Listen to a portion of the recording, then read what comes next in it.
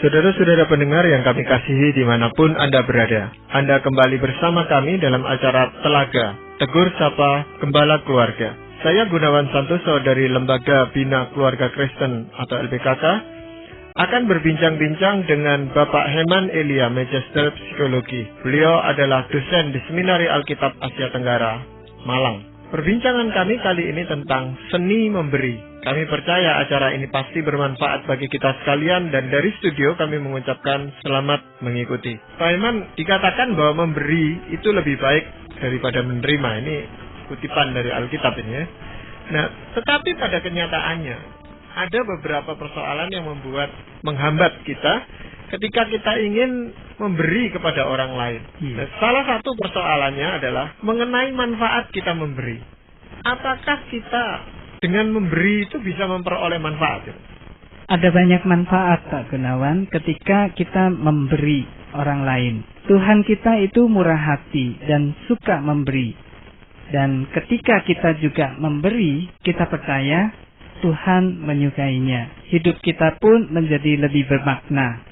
Karena kita diciptakan bukan sekedar hidup buat diri kita sendiri, tetapi juga hidup buat orang lain. Nah, manfaat lain adalah di dalam hal relasi. Orang yang memberi dengan tulus hati akan mempunyai relasi yang lebih baik dengan orang lain juga. Iya, kalau melihat uraian ini yang Pak Heman sampaikan, ini kan hanya terbatas pada memberi secara materi atau keuangan, Pak ya. Jadi bisa memberi tenaga, memberikan pikiran kita, memberikan apa yang kita miliki pokoknya gitu, Pak. Betul, Pak Gunawan. Banyak orang yang senang dekat dengan orang yang suka memberi. Dan kita juga cenderung menuntut orang lain untuk memberi bahkan. Iya. Tetapi seringkali kita sendiri enggan untuk memberi, Pak Heman. Iya, iya. Nah, itu apakah ada sebabnya itu, Pak? Kok kita itu sukar untuk memberi kepada orang lain? Iya, iya. Ini karena kita ini memang manusia yang berdosa. Kita yang percaya kepada Kristus sudah ditebus dan hutang dosa sudah dihapus. Tetapi kecenderungan berdosa masih ada di dalam diri kita. Nah, dan kecenderungan kita adalah mementingkan diri sendiri. Terus terang kita tidak rela melihat orang lain lebih beruntung. Artinya kalau kita memberi itu kelihatannya kok orang lain lebih beruntung dari kita. Orang lain lebih menikmati hidup. Nah, kita kurang senang. Dan lebih baik dari kita. Padahal tindakan memberi itu menuntut pengorbanan dari kita.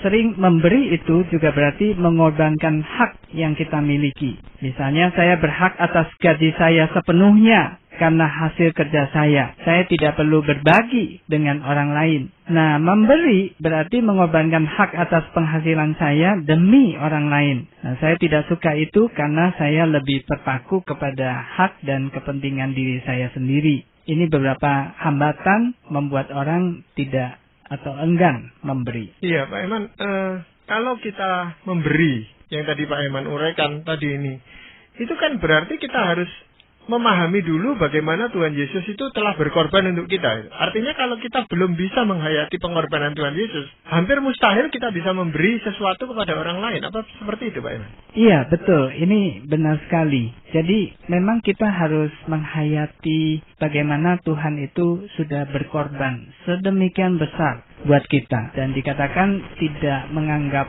kedudukannya yang setara dengan Allah itu sebagai suatu hak yang perlu dipertahankan. Ya, berarti dalam hal ini ketika kita memberi kepada seseorang, ini harus dilandasi oleh kasih Kristus itu sendiri. Jadi bukan sekedar memberi gitu, Pak Heman. Betul sekali, Pak Gunawan.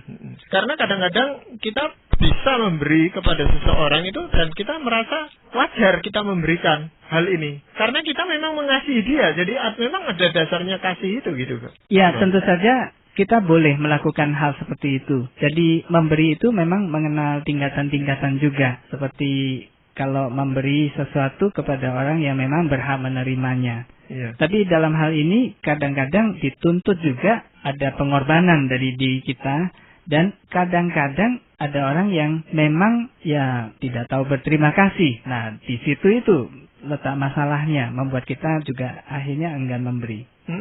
Nah, kalau kita memberikan sesuatu kepada orang yang kita kasihi, Pak Heman ya, dan kita tidak merasa itu sesuatu yang berat buat kita, Nah, bagaimana kita bisa menjelaskan hal ini? Mengingat kita ini secara natur adalah orang yang berdosa yang selalu mementingkan diri kita sendiri. Kita juga mengingat bahwa selain kita berdosa, sebetulnya awalnya kita juga diciptakan menurut peta dan teladan Allah. Jadi sebetulnya kita juga sedikit banyak memiliki kemampuan untuk mengasihi. Sehingga waktu itu Tuhan Yesus juga menggunakan perumpamaan seorang ayah yang memberi kepada anaknya. Kalau anaknya minta roti, ya orang tua tidak memberikan batu kepada dia dan sebagainya. Nah, ini adalah satu petunjuk bahwa memang kita sebagai manusia mempunyai kebutuhan ataupun sesuatu kemampuan untuk mengasihi dan memberi. Nah, masalahnya adalah dengan kemampuan ini, tidak dengan sendirinya kita tidak atau kita kehilangan, kita tidak mempunyai lagi keinginan untuk terus memikirkan diri sendiri. Sebagai contoh, ada orang tua meskipun mengasihi anaknya, tapi pada keadaan yang mendesak sekali secara ekonomi, dia sampai rela menjual anaknya sendiri. Ada orang tua yang bisa mengeksploitasi anaknya. Kemudian juga ada orang tua demi karirnya dia mengorbankan anaknya dengan menyibukkan diri di luar keluarga dan sebagainya, sehingga kebutuhan anak ini tidak terpenuhi. Dan ini sebetulnya ditujukan untuk kepentingan dirinya.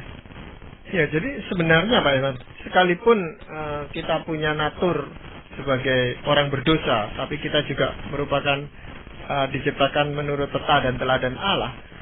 Memberi itu sendiri pada dasarnya sesuatu yang mudah atau yang sukar gitu Pak? Ini sesuatu yang sukar. Jadi ya. supaya kita bisa melakukan hal memberi itu, bagaimana?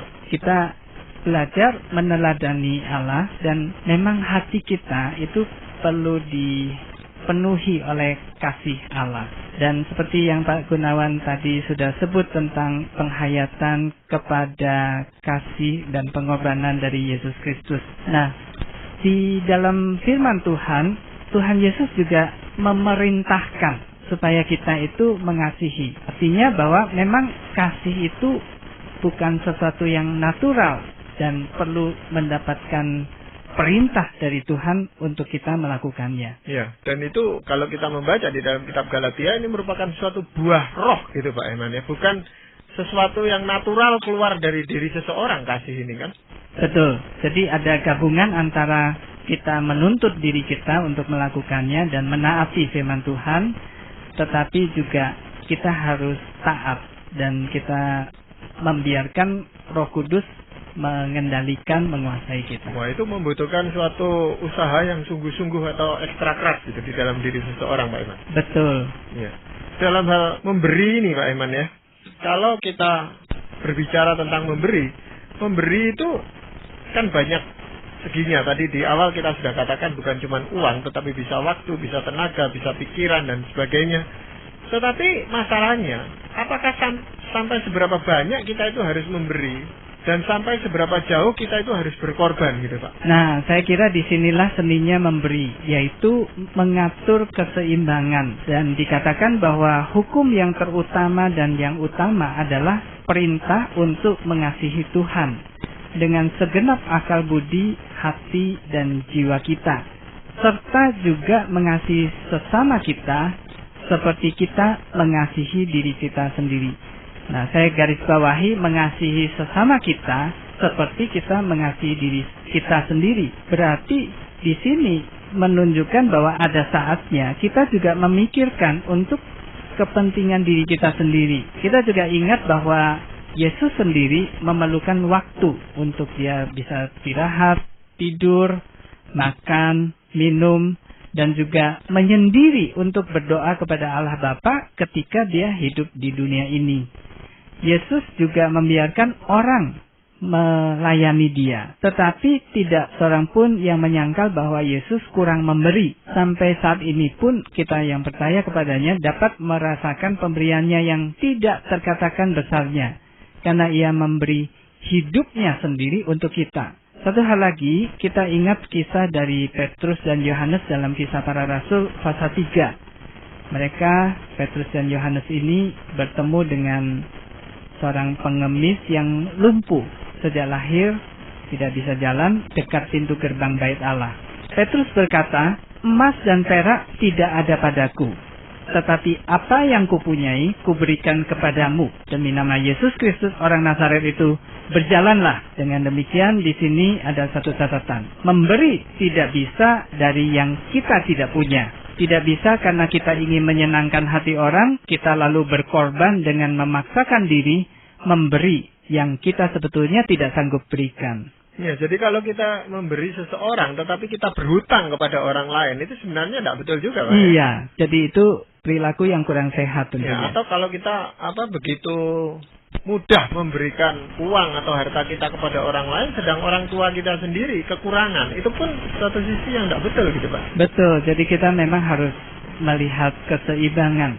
Tetapi kembali lagi, yaitu kita waktu memberi, dengan memberi itu ada pengorbanan tentunya. Ya, di sini tadi perbincangan ini diberi judul seni memberi, itu seninya itu justru menjaga keseimbangan itu tadi, Pak. Tepat sekali, Pak Gunawan. Iya. Kalau kita mengingat akan Tuhan Yesus sendiri, Dia memberi pengampunan kepada orang-orang yang menyakiti hatinya, bahkan yang menganiaya Dia. Nah, apa ada pelajaran yang bisa kita ambil, kita petik dari tindakan Tuhan Yesus yang juga memberikan kasih untuk orang yang sebenarnya tidak layak untuk diberi kasih gitu?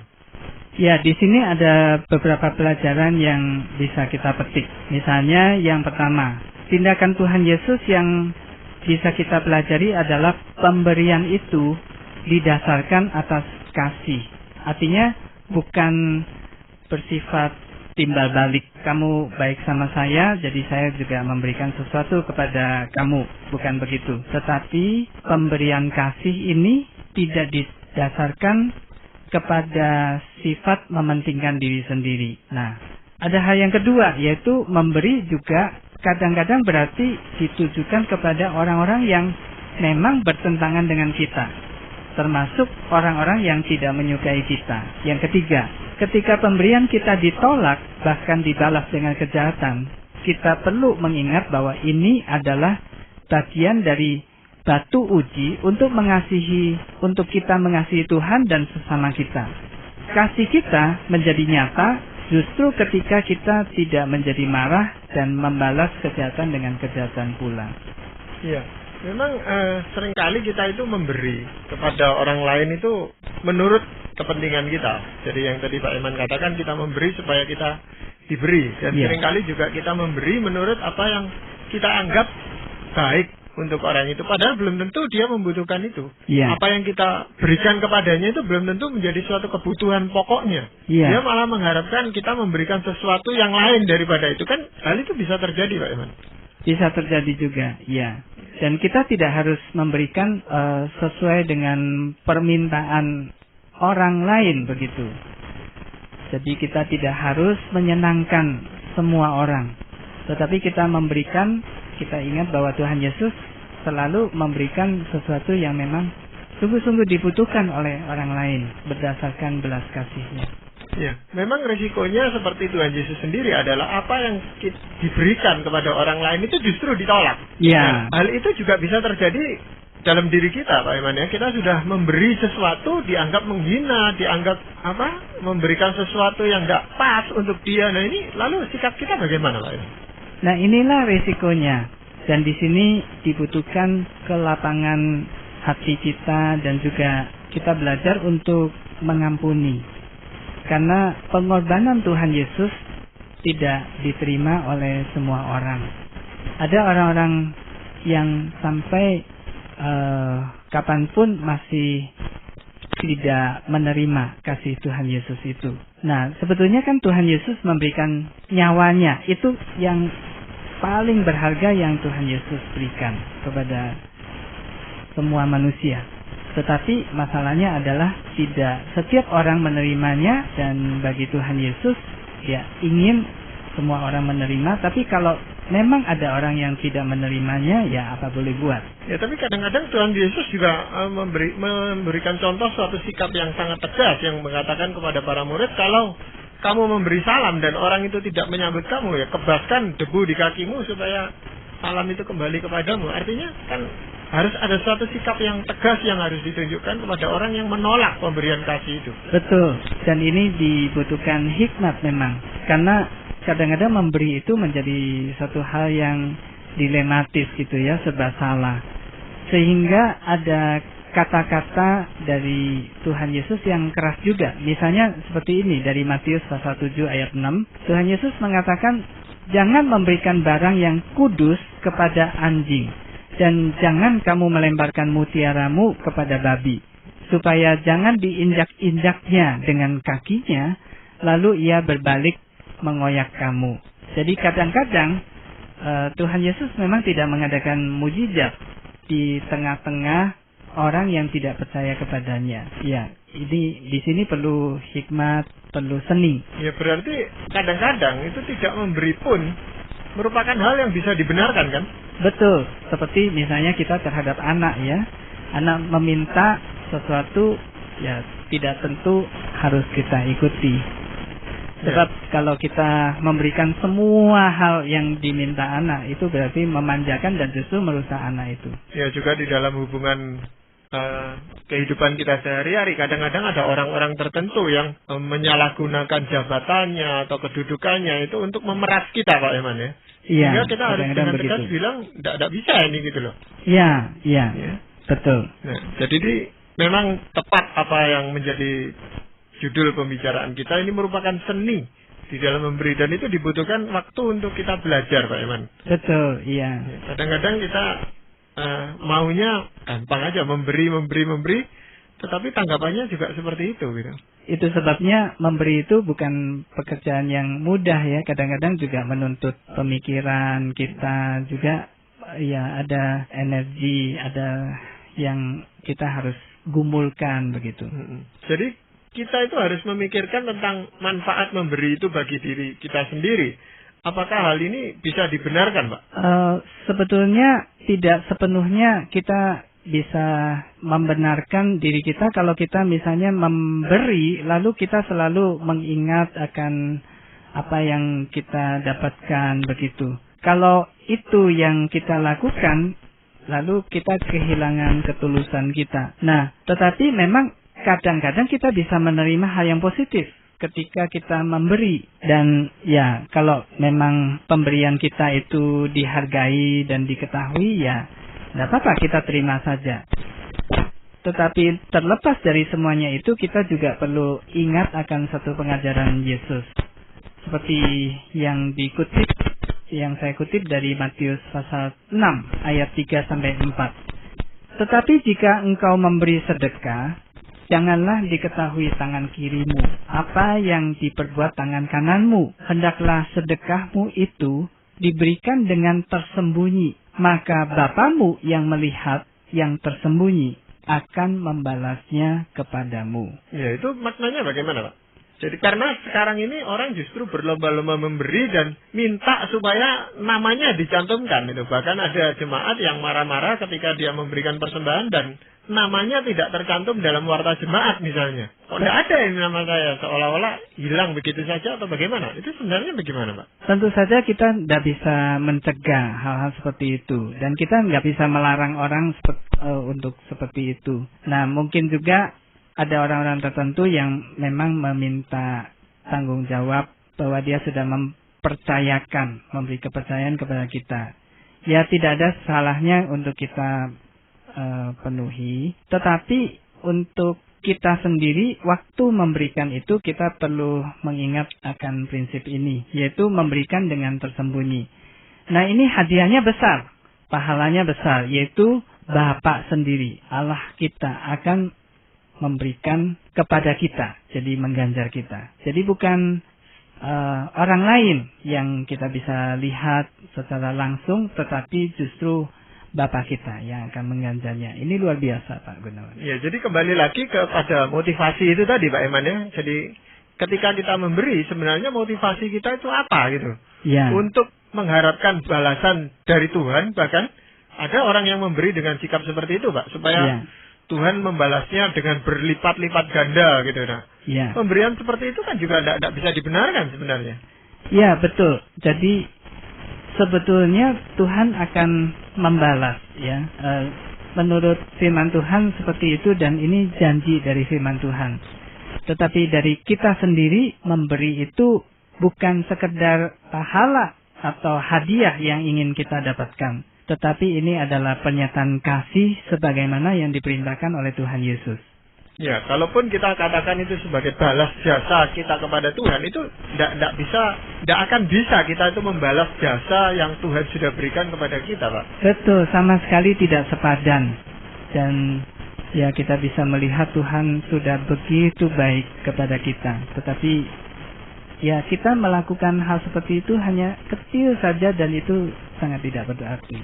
Ya, jadi satu-satunya alasan adalah ini pengucapan syukur kita kepada Tuhan dan kepada sesama yang sudah memungkinkan kita sampai berada seperti sekarang ini. Ini ungkapan yang baik sekali sebagai pengucapan syukur, ya, Pak Gunawan.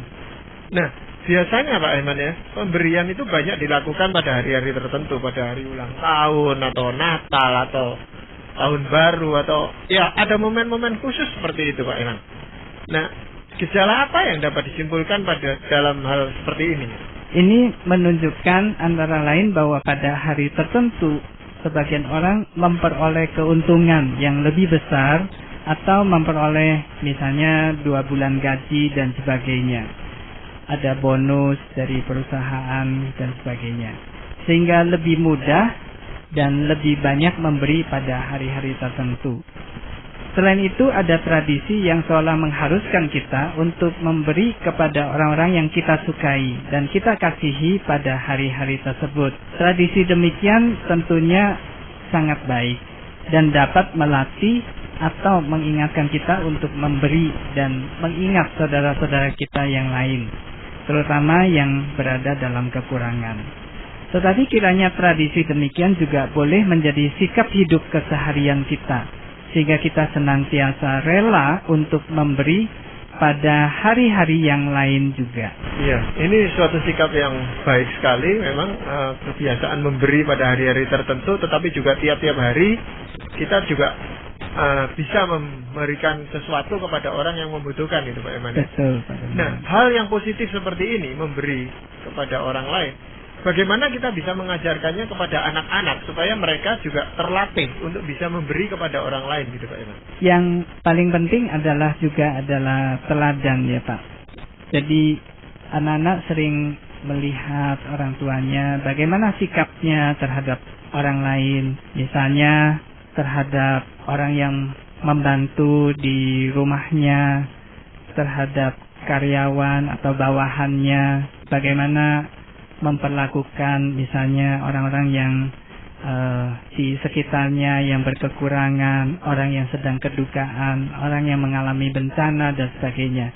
Kalau orang tuanya ini sering tidak segan untuk memberi, saya kira anak-anak akan menirunya. Ya, dan itu sebaiknya diambilkan dari apa yang mereka miliki, jadi misalnya dari tabungan mereka sendiri, atau kita yang memberikan supaya disalurkan, Pak? Tentu dua cara ini bisa dipakai. Pada saat anak-anak yang masih sangat kecil, mereka tidak tahu artinya uang dan sebagainya, lalu mereka tidak bisa mempunyai tabungan sendiri, menyimpan sendiri, ya kita memberikan kepada mereka dan mengatakan ini untuk kepentingan memberikan kepada siapa, begitu.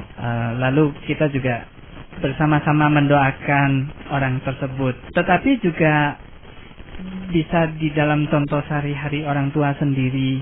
Orang tua memberikan punya mereka sendiri. Dan pada waktu anak mungkin semakin besar, lalu kita juga bisa memberikan uang jajan dengan pesan, ya ini misalnya 1/10 atau berapa persen, ini kita perlu sisakan, kita perlu ingat akan orang-orang yang memerlukannya. Ya, memang dalam hal melatih anak untuk memberi ini dibutuhkan teladan yang supaya mereka bisa melihat bagaimana kita sendiri. Kalau kita hanya mengajar mereka suruh memberi, tetapi kita sendiri tidak pernah memberi, ini sesuatu yang akan sulit dipahami oleh anak, gitu Pak Eman, ya? Iya, betul. Nah, tetapi di dalam hal ini anak juga perlu dilatih supaya tidak menghamburkan uangnya hanya untuk kepentingan orang lain, tapi dia sendiri juga menjadi kesulitan di dalam kehidupannya gitu. Iya, dan ini perlu diajarkan tahap demi tahap. Iya, dan tetap kita mengacu kepada pengorbanan Tuhan Yesus. Jadi dasarnya memberi, kalau tidak ada kasih ya percuma saja tuh. Iya. Jadi kita melatih anak-anak ini bagaimana mereka bisa peka terhadap kebutuhan orang lain. Dan bagaimana mengenali seni memberi ya Pak Gunawan. Iya, dan itu membutuhkan waktu yang cukup panjang. Makanya tadi saya tanyakan bagaimana mereka itu sedini mungkin diajarkan seni memberi ini tadi Pak Eman. Iya, dan tidak harus dalam bentuk uang, mungkin dalam bentuk tenaga mereka, pikiran mereka dan sebagainya. Itu makanan yang mereka sukai. Mereka sukai juga bisa disisihkan. Nah, itu suatu pengorbanan. Tapi satu hal yang saya lihat, setiap kali kita memberi, kalau motifnya benar, itu pasti ada rasa pengorbanan itu. Ada sesuatu yang hilang dari bagian tubuh kita ini. Iya, tapi juga ada sukacita ya. Ada sukacita, dan itu sesuatu yang tidak bisa dibeli sebenarnya. Betul. Sukacita itu sendiri. Iya. Nah Pak Eman, apakah ada ayat firman Tuhan yang ingin Pak Eman sampaikan? Saya ingin bacakan dari 2 Korintus pasal 8 ayat 9. Karena kamu telah mengenal kasih karunia Tuhan kita Yesus Kristus, bahwa Ia yang oleh karena kamu menjadi miskin, sekalipun Ia kaya, supaya kamu menjadi kaya oleh karena kemiskinannya. Jadi sebagai catatan di sini, pengertian kaya di sini adalah kaya di dalam iman, di dalam perkataan, di dalam pengetahuan, dan di dalam kesungguhan untuk membantu, dan di dalam kasih. Ini ada di ayat ke-7. Jadi memang kasih karunia Tuhan Yesus itu sungguh-sungguh kaya, dan dengan kekayaannya dia menjadi miskin supaya kita menjadi kaya oleh karena kemiskinannya. Ini luar biasa. Iya, dan kalau kita perhatikan ayat-ayat ini, memang sebenarnya setelah kita itu percaya kepada Tuhan Yesus dan menjadi milik Tuhan, itu tidak ada alasan untuk kita tidak memberi, karena Tuhan sudah memberikan yang terbaik dan terbanyak buat kita. Betul. Terima kasih sekali Pak Eman untuk perbincangan kali ini. Sama-sama Pak Gunawan. Para pendengar sekalian, terima kasih Anda telah baru saja berbincang-bincang tentang seni memberi. Bagi Anda yang berminat untuk mengetahui lebih lanjut mengenai acara ini, silakan menghubungi kami lewat surat. Alamatkan surat Anda ke Lembaga Bina Keluarga Kristen atau LBKK, Jalan Cimanuk 58, Malang. Anda juga dapat menggunakan email dengan alamat telaga@indo.net.id. Kami juga mengundang Anda mengunjungi situs kami di www.telaga.org. Saran-saran, pertanyaan, serta tanggapan Anda sangat kami nantikan. Akhirnya dari studio, kami mengucapkan terima kasih atas perhatian Anda dan sampai jumpa pada acara Telaga yang akan datang.